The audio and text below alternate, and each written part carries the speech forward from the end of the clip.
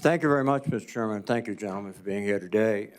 Mr. Secretary, we have been trying to track down the expenditures in the Operation Epic Fury and Operation Freedom now. And we've sent letters, and we've got very few responses. We've been sending the letters since March 10th. We did understand that it was released that in the first 6 days, $11.3 billion was spent. And then recently, we were told $25 billion was spent. Today, I think the number is $29 billion. Can you provide some details as to what consists of that $29 billion? Have we counted everything? Yeah, Senator Reid. So I testified this morning to HACD that between the joint staff and the comptroller staff, our operational cost estimate is now $29 billion. A lot of that increase comes from having a refined estimate on repair and replacement costs for equipment. Our munitions costs are fairly fixed. We think they're very accurate, and there's some O&M costs there as well. We're not making an estimate for MILCON at this time. We don't know what our future posture is going to be. We don't know how those bases would be reconstructed, and we don't know what percentage our allies and partners will pay for that reconstruction. So you do not consider installations that have been damaged in the conflict, correct? We just don't have a good estimate at this time. So it's not in the $29 billion? That's correct. Expended weapons, are they totally included within the estimate? Yes, to the best of my knowledge, we have a full count of the expended weapons. And weapons transferred to other countries in the region, are they counted in? I would want to double check to make sure we have that accurately. Please, I mean,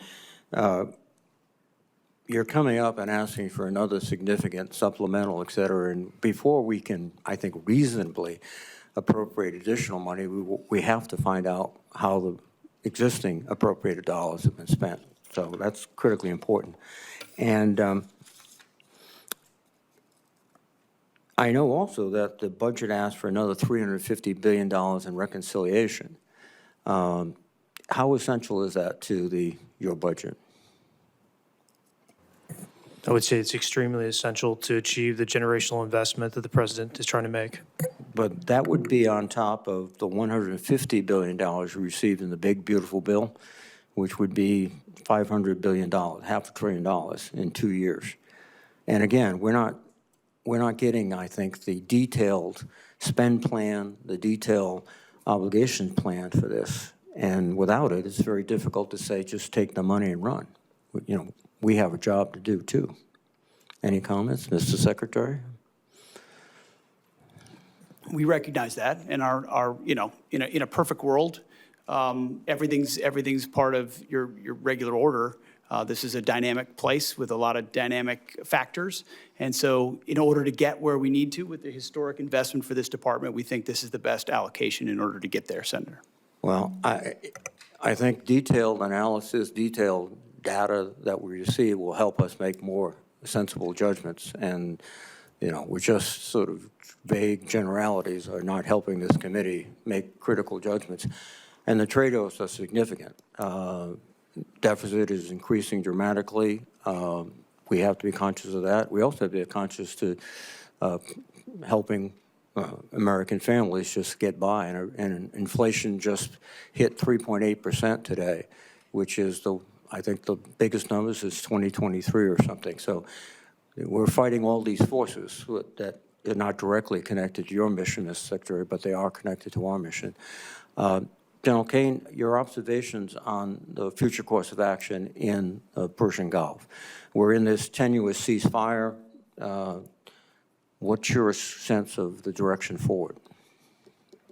Well, sir, I won't opine on a hypothetical. What I will assure you is that we retain and continue to hold a range of options for our civilian leaders. It would be inappropriate for me to opine on how it may go, but rest assured we still hold many, many options. Have you been surprised by the resistance of the Iranians? Sir, as a warfighter, I always assume an enemy's going to resist. And the job of the joint force is to win at the time and place of our nation's choosing. So I always assume an enemy's going to fight, and I find that's the best pathway. I think so too, and you communicated that to the president as you advised him before the decision was made? Sir, as I've said respectfully before, I won't comment on my private conversations with the president in order to make sure that I maintain trust with him and with you and the American people and the joint force. That's a principled response. Thank you very much. Thank you, sir. Chairman Moran.